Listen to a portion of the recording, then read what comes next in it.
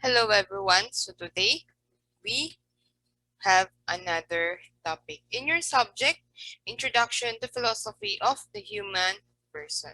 So our topic for today is the human person as an embodied spirit. So ano ba ang isang human person?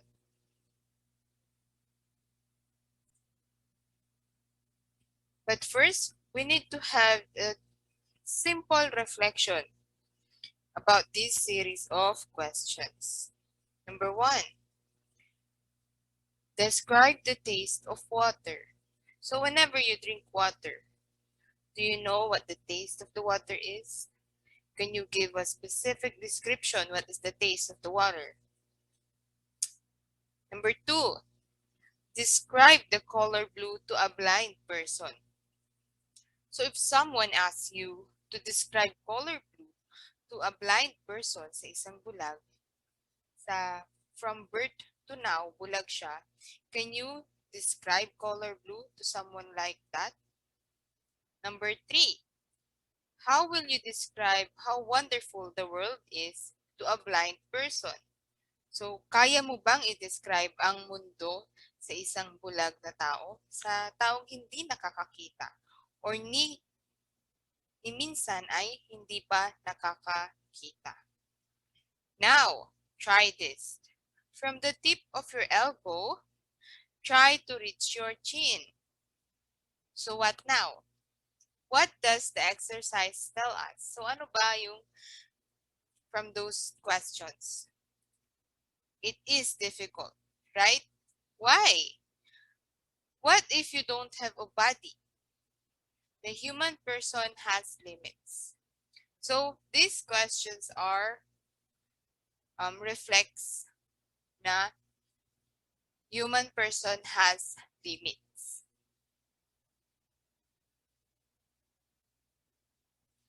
So these questions also reflects that human person has limits. May hangganan. Meron tayong mga limitasyon. Number one, we have a limited life plan. So, walang taong namuhay ng napakatagal. So, at one point in our life, we will all gonna die, right? Hindi lang natin alam kung kailan, pero one day, we're all gonna perish. Number two, we cannot choose our biological family. That's true. Hindi natin hawak ang ating kapalaran kung kaninong pamilya tayo mapupunta, di ba? Hindi natin pinili ang ating pamilya ngayon na maging pamilya. Number three, we cannot teleport instantly to another location in an instant. So, wala tayong kakayahang time travel, or mag-teleport, di ba? We don't do that, or we can't do that. Number four, words limit our communication with each other. So, ang form of communication lang natin is from body gestures, body language to words only. So, yun ang kakayahan ng ating katawan para makipag-communicate. Number five, we cannot be in two places at the same time. So, hindi natin kayang mag-exist sa dalawang place at the same time. Hindi ko kaya mag-exist sa Canada at nasa Pilipinas ako. I can't do that. Number six, we cannot change our past decisions. That's true. Once you did that action or decision, hindi na natin yan maibabalik pa, or we cannot change it anymore. Number seven, we face certain death in the future. So number seven and number one is or are connected. So limited lang ang lifespan natin in the future. One day, we're all gonna die. Lahat tayo ay haharap sa kamatayan. Number eight, we are bound by space and time. So we are travelers, as they say, because of space and time. Number 9, we cannot choose our race, age, and birth date. So, wala tayong control kung anong race tayo ipapanganak, kung ilang hindi natin kayang pigilan ng ating age at kung kailan tayo ipinanganak. Human composition of man. So, what are the difference of the following terms? Ano ang pagkakaiba ng tatlong words? Man, person, and human nature. Then, the limitations of human person as an embodied spirit. So, ano ba yung mga limitations ng isang tao? From facticity, spatial temporal being, and the body as intermediary. So, we will discuss that one by one later on. First, let's have a look at human composition of men. So, what is man and what is human? Man, from Wikipedia, the phrase encyclopedia, the English term man is derived from a Proto-Indo-European root, means male. It is the general term commonly used to refer to the entire human race. Other related terms include humanity, mankind, and human. So, whenever we say man, we refer to both male and female. Ano naman ang human? Refers to man as a species. Homo sapiens or modern human being. The term human being is being used to differentiate man from other animals. So, ang human naman refers to our species as a Homo sapiens. And they use human being to differentiate us from animals. Ano naman ang kaibahan ng person at human nature? Person is the personality of a human being, so-called self. Refers to a human being granted recognition of certain rights, protection, responsibilities, and dignity above all.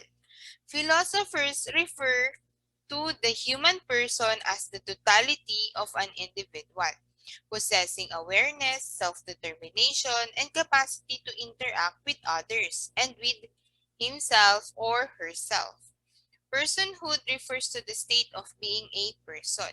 So we call or they refer person as a human, a man with rights, dignity, and responsibility. So kapag ang tao nagkaroon na ng sense of responsibility, you added value of self, which is dignity, and pinoproteksyonan mo na yung tao against harmful with its rights or with the use of rights, human rights as they say, we call that now as a person. So ang tao na may karapatan, protection, responsibilidad, at dignidad. So that refers to person. Ano naman ang human nature? Human nature defines as the nature of human, especially the fundamental characteristics and traits of humans. It refers to the characteristics that distinguishes humans from all other creatures. These traits are expected to arise independent to the influence of culture and society. So the way we think and feel and act is our nature as a human. It is innated in us. Nasa sa atin na yun, nasa loob natin. Our traits as a human is our human nature. Yung ugali natin, pag-iisip, nararamdaman, and many other things. So ano naman ang bumubuo sa isang human person? So in this chart, we have 4. Has awareness of self, has determination, is able to reach out and interact with others, and has dignity. So these things encompasses a person. So let's see. Let's further analyze these four components. So first, what is self-awareness? Self-awareness refers to the person having a clear perception of oneself, including his thoughts, emotions, identity, and actions. So kapag alam mo na ikaw ay ikaw, that is self-awareness. Alam mo yung mga nararamdaman mo, alam mo kung sino ka, your emotions, yung mga ginagawa mo, that is called self-awareness. So let's try saying these things. I am a person. I am alive. I exist. I am here. I am present. I am living at this very moment. So these statements, if you're going to analyze it, it all begins with I, which is it is associated with self-awareness. You know yourself, that you are a person, you are alive, you exist, you are here, you are present. So with this statement, you have self-awareness. So let us know what is self-determination naman. Self-determination refers to the capability of persons to make choices and decisions based on their own preferences, monitor and regulate their actions, and be goal-oriented and self-directed. So if you know yourself, that is self-awareness, and kapag meron ka ng sense of decision-making, you have your own choice, you know what is right and wrong, and you know you have goals in life. You are self-directed. Alam mo kung saan ka pupunta. That is self-determination. In self-determination, we have included concepts. So, consequences, di ba? If you know you are doing this action, you are aware that after doing this action, there is always a consequence. So that is connected to self-determination. Externality refers to the capability of a person to reach out and interact with others and the world. So externality refers to social or socializing, di ba? Alam mo, as a human, as a person, that you have the ability to interact with others. Because, as they say, no man is an island, diba? Next one, dignity, refers to the innate right to be valued and respected. Philosophers consider all humans as having an inherent value or worth. As they say, you're worthless is an insult since it attacks the very notion of a person having value or worth. So, we all have the dignity as a person because we have rights, we have protection, security, and many other things. And if someone says you are worthless, so naiinsulto tayo kasi we know that we have worth, we have value. Kasi nga, as they say, di ba? We are the highest form of animal. We are the human. That's why kapag sinabihan ka ng you are worthless, nasasaktan ka, di ba? And bumababa ang dignidad or ang dignity kapag hindi mo na nare-reach yung mga basic needs that accompanies to our needs. Diba? Yung mga basic needs natin, shelter, food, and many other things. So kapag nakita natin ng isang pulubi na nasa daan na ang nararamdaman nila is bumababa yung worth nila kasi wala yung isang basic need na shelter, ganon, and many other things. Let's now proceed to the limitations of human person. Human persons are naturally deficit being. This means that we are not prepared with the best physical aspects among all being. So meron tayong mga kakulangan sa ating mga katawan. For example, in the photo, human person do not have the ability to fly. So So, our body is not made to fly. So, hindi natin kayang lumipad. That is part of our deficit. What else? Human person cannot breathe underwater without the aid of breathing devices. So, our body is not made to breathe underwater. So, isa din yan sa mga deficit natin as a human being. But then, there is this so-called limitations can lead to possibilities. Sabi nga ni Bill Gates, if you were born poor, it's not your mistake. But if you die poor, it's your mistake. So, hindi dahil pinanganak ka na mahirap, mamamatay ka na mahirap. Pero, kapag wala kang ginawa at namatay kang mahirap, kasalanan mo na yun, di ba? Kaya, there is this so-called transcendence. Ano ba ang transcendence? Transcendence is the ability to change, be dynamic, and continually redefining oneself while working with our facticity to create change. So, ang transcendence is ang ability ng human person to change our situation. So, ang tao ay may kakayahang baguhin ang kanyang kapalaran. As Bill Gates says, it is not your mistake that you are born poor. Hindi mo kasalanan kung pinanganak kang mahirap. Pero, magiging kasalanan mo yun kapag hindi mo ginawa ang transcendence. You didn't put effort to change your current situation. That's why you died poor. So, how do limitations lead to transcendence?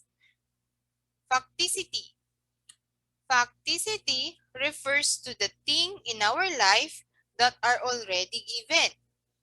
Example, life. We are free to define who we are and who we are to be. So, our constant, ang hindi na natin mababago ay nandito na tayo sa mundo, di ba? Pero ang kaya nating baguhin isang ating pamumuhay, di ba? We all have resources to change our current situation. So kapag mahirap ka mang pinanganak, meron kang kakayahan na umahon sa hirap. You just have to do the work. You just have to do transcendence. You need to change your current situation. What is spatial temporal being? As temporal beings, our most obvious limitation is our finitude, our finite quality or state. So, di ba alam natin that one day all of us will die, right? That is a finite or finite quality. May hangganan. Hindi siya infinite, di ba? Infinite is may hangganan. But our state as a human being, we have an expiration. But, for example, walang forever as they say. Pero meron talaga. As a spatial being, we are limited by our bodies to a present or to be present in two or more places at the same time. We are limited by space and time. Our spatial temporal situation sets our precondition of understanding. So, as in the walang forever pero meron talaga, the situation is my forever. But, so hindi natin alam kung kailan matatapos ang mundo, di ba? Pero hanggat merong mundo, meron yan. Pero tayo, we have this limited time. So, the lifespan, as they say, is down to 80 years old. So, pababa ng pababa ang lifespan ng human. That is our parang expiration date, ganon.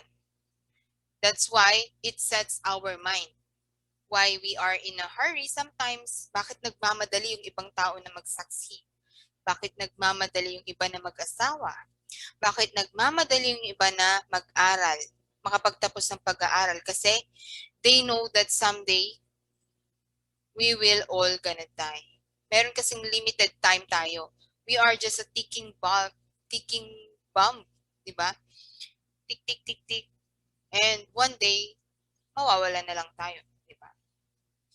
Why do we hold on or lament on something which is longer or which is no longer? It is the people's closest to us that we most often neglect. So bakit kaya tayo nag-hold sa mga past natin? Kahit tapos na. So, So next one is the body as intermediary. Intermediary means acting as a mediator. Having a body may prevent us from revealing what we really want to express. How do we communicate with each other? Words. But can words really capture the things we want to express? But this limitation can also be advantage. In most cases, words are not enough. So, we are limited lang, di ba, sa katawan natin, the way we talk, the way our communication works. So, words nga lang ba ang kaya nating makipag-communicate with or to? Di ba, we also use body gestures, body language, but then, it is a limitation to us. It is a form of limitation. Kasi hindi natin kaya mag-tweet-tweet o mag-bark to communicate with animals and many other animals. So this is an activity that you will do. Direction. Complete the chart below. Make sure that you ask or consult your parents or any adult who have witnessed your development and reflect before you write your answer. So when you were 0 to 3 years old, what are the things that you can do? What are the things that you cannot do? When you were 4 to 7 years old, what are the things that you can do and what are the things that you cannot do? When you were 8 to 11 years old, what are the things that you can do and what are the things that you cannot do? When you were 12 to 15 years old, what are the things that you can do and what are the things that you cannot do? And when you were 16 and up, your current age, I guess, what are the things that you can do now and what are the things that you still cannot do? So you need to do this in your own or in your Edmodo. So let's proceed to our second part of our lesson. Limitations and possibilities for transcendence. So we all know this person in this picture. This is Mr. Mark Zuckerberg, the co-founder and CEO of the Facebook, which he started in his college dorm room at Harvard University.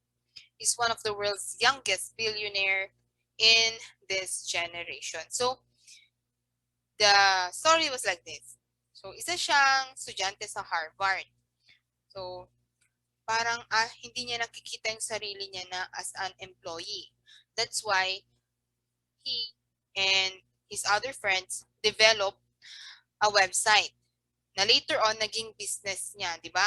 So because he doesn't want to be an employee, he made a transcendence. He made an ability to change. He changed his path na maging isang empleyado into a businessman, into a founder, di ba? What a nice path of life, di ba? Like Mark, we or all people have dreams that they want to fulfill. If you were finally able to meet your dream, how would you feel? Do you think your perspective in life will change? So si Mark, kung ano kayang nararamdaman niya nung na-fulfill na niya yung dream niya? Or nagbago ba ang pananaw niya sa buhay? Limitations and possibilities for transcendence. Here are some limitations and possibilities for transcendence. May not occur to everyone. Does not come at specific period. Varies across all people. May coincide with physical limitations of the body. Developing a positive outlook in life. Working towards reaching a goal. and learning from experiences. So, ang transcendence, ang pagbabago ay hindi nangyayari sa lahat ng tao, di ba? If you didn't act on it, wala talagang mangyayari.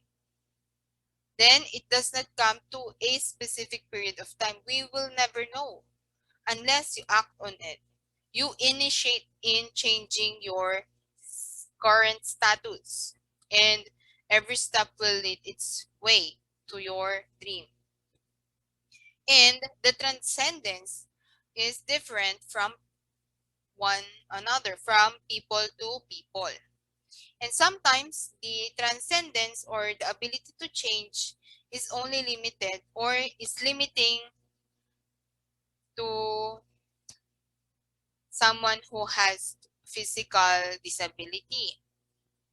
And if you have transcendence, it develops a positive outlook in life. Kapag ginagawa mo na siya, you are encouraged to do more, to go beyond. Working towards reaching a goal. So, di ba, you started to change your life. So, nararamdaman mo na palapit ka na sa goal mo. And lastly, learning from experiences. So, because you acted on it, you are learning from the experiences that you are in right now. So these are the examples of bodily limitations and social and environmental limitations of a human person. So, yung mga limitasyon natin as a person. So, we have mental and emotional disorders like anxiety, intellectual disability, and disabilities, physical disabilities. If you have amputated legs, deafness, blindness, diseases and illnesses, hypertension, cough, failures and experiences, failing grade. So, ito yung mga nararanasan natin ngayon. Kasi we have this body, we are limited to it. Or there is a limitation on it. Social and environmental limitation. Socio-economic status, mahirap, mayaman. Location of neighborhood, abusive relationship, and negative influences. So, ito yung mga nakaka-apekto sa atin, sa ating katawan. And hindi na those are limitations. How do you overcome limitations? Bodily limits can be tested by trying on new experiences and working on challenges with increasing level of difficulty. The human body is given enough exposure to any situation can attain a goal with efficiency. So ang katawan, kapag tinest mo siya to try new things, kapag nag-go beyond ka from your comfort zone, doon matututo ang katawan mo to adapt, to change, which is will later on turn into transcendence, di ba? Halimbawa, from being at your home, naka-support sa'yo yung parents mo, you try to be on your own. You try to live alone. And from that experience, you learn that you can do it.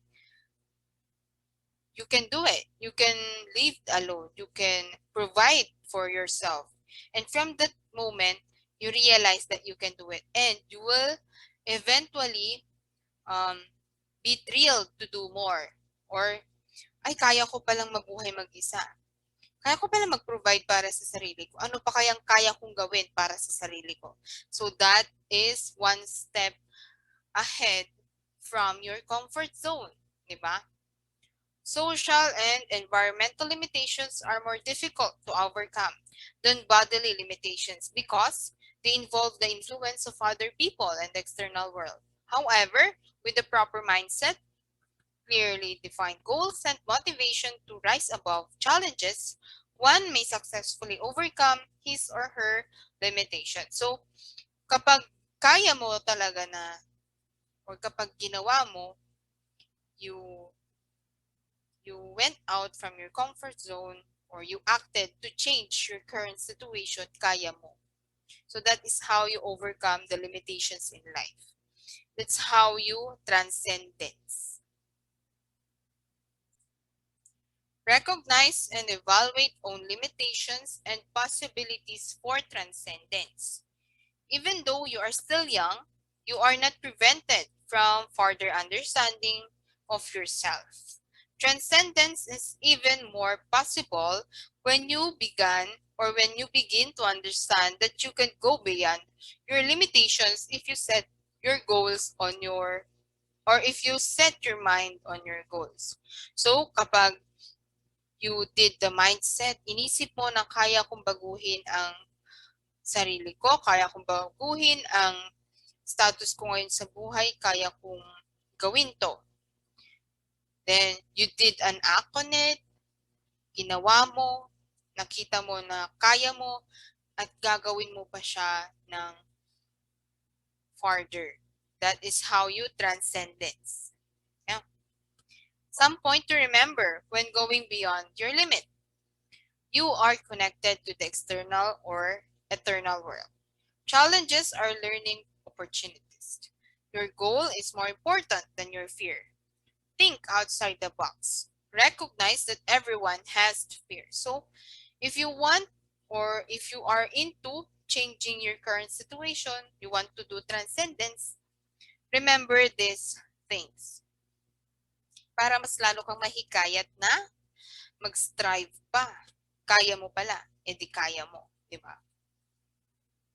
So, the second activity that you're going to do in your Edmodo is limitations and possibilities for transcendence. Complete the chart by writing your present limitations with reference to your answer in the previous activity. Make an action plan toward transcendence. Copy the chart in your notebook or in your Edmodo.